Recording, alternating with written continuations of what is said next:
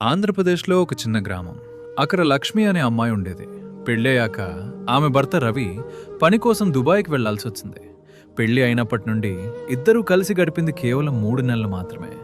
రవి వెళ్లే రోజు లక్ష్మి స్టేషన్లో నిలబడుంది.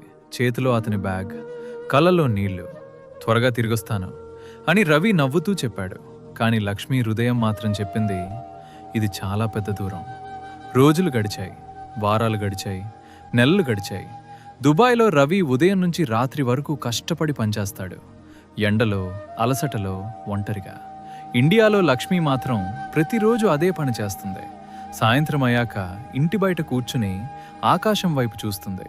ఎందుకంటే అదే ఆకాశం కింద రవి కూడా ఉంటాడు అని ఆమె అనుకుంటుంది. ప్రతిరోజు ఫోన్ కాల్ కోసం ఎదురు చూస్తుంది. కొన్ని రోజులు ఫోన్ వస్తుంది, కొన్ని రోజులు రాదు. ఫోన్ రాని రోజుల్లో ఆమె కళ్ళలో నిద్ర ఉండదు. ఒకరోజు రవి ఫోన్లో చెప్పాడు, లక్ష్మి, చాలా కష్టం, కానీ మన భవిష్యత్తు కోసం చేస్తున్నాను. అది విన్న వెంటనే లక్ష్మి మౌనంగా ఉంది. ఆమె ఏడవాలని అనిపించింది. కానీ రవి వినకూడదని నవ్వినట్టు నటించింది. నేను బాగానే ఉన్నాను అని చెప్పింది. ఫోన్ కట్టయ్యాక ఆమె మెల్లగా గోడకి ఆనుకుని కూర్చుంది. ఆమె చేతిలో రవి ఇచ్చిన చిన్న ఫోటో ఉంది. ఆ ఫోటోని గుండెలకు హత్తుకుని మెల్లగా చెప్పింది, ఇక్కడ ఇంట్లో అన్నీ ఉన్నాయి, కానీ నువ్వు లేవు.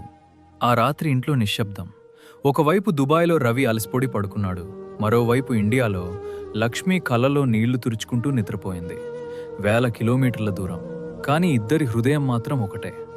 దూరం ప్రేమను తగ్గించదు, కానీ కొన్నిసార్లు ప్రేమ ఉన్న చోటే ఎక్కువ బాధ కూడా ఉంటుంది.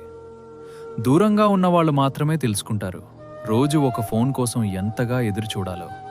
నవ్వుతూ బాగున్నాను అని చెప్పినా హృదయం మాత్రం మౌనంగా ఏడుస్తూనే ఉంటుంది.